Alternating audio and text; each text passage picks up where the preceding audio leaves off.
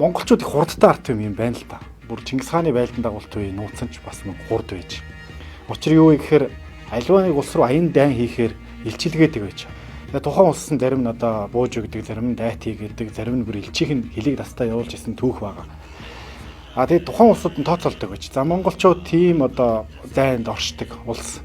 За манай улсыг одоо дайлаар мордохын тулд төдөн төмөн зэрэг төдөн мянган мал унаа хөсөг те эхнэр хүүхэд ингээд дагуулад за нэг 2 жилийн дараа гэхэд манай нутагт ирэх юм шиг байна гэдэг тооцоол гаргадаг байжээ.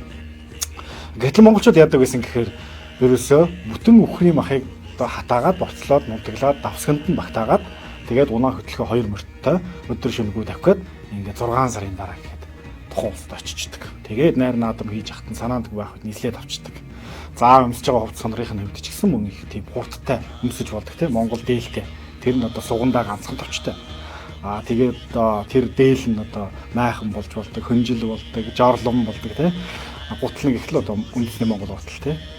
Үтээс цахилгаан гэж байхгүй, буруу зөв тал гэж байхгүй. Таарлцсан гутлаа бол таарлцсан хөлөндөө углаал гүйдэг ч юм уу тийм.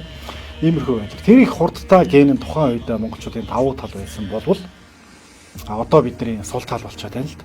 Орон нутгийн зонд маш их хурд хэтрүүлж хурднаас олж маш олон өнгөрсөн жил зөвхөн хурд хэтрүүлснээс олж 500 хаймнаас алдсан юм тоо байна. Тэгээд тэр 500 хүнийх нь 83% нь бол хамгаалах сэргэлээгүй явжсэн гэсэн одоо судалгаа гарч ин харамсалтай тоо мэдээлэл хурдтай холбоотой гарч ин л т. Тэгээд энэ 80 км/цагийн хурд гэдэг бол орон нутгийн замд шинжлэх ухааны үндэслэлтэй тогтоосон хурд байдаг юм л т. Хэрв та одоо 80 км/цагийн хурдтай явж байгаа зам тээврийн осолд хүртэх юм бол таны амьд үлдэх магадлалтай одоо хамгийн дээд хурд юм аа. Үүнээс цаашаага бол амьд үлдэх магадлал багаснаа. За хамгаалах чадвараа алдаж эхэлж байгаа хамгийн доод хурд юм аа. Энээс цаашаага хамгаалахгүй чадвараа алднаа гэсэн ийм шинжлэх ухааны үндэслэлтэй ийм хурд байгаа юм л 80 км/цаг гэдэг. Дээрээс нь одоо Дэлхийн эрүүл мэндийн байгууллагаас Монгол улсыг зам хөдөлгөөний дүрмийнхаа орон нутгийн зам хөдөлгөөний хурдаа 70 км/цаг болгоо гэдэг зөвлөмж ирүүллээ. Одоо энэ дээрээс нь Монгол улс чинь нөгөө орон нутгийн зам нь маш нарийнхан тийм ээ 6.5-аас 8 метрийн өргөнтэй энэ зам дээр хоёр талаас 2 тээврийн эрхлэл 100 км/цагийн хурдтай давхиж ирээд ерөөсөө 1 метр эсвэл хагас метрийн зайтал зөрж өнгөрч байгаа.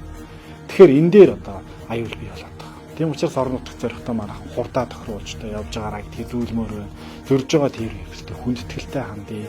Бие бинийгээ хүндлээ дүрмээ биелүүлээд ингээд явъя гэдгийг бас уриалж хэлмээр байна.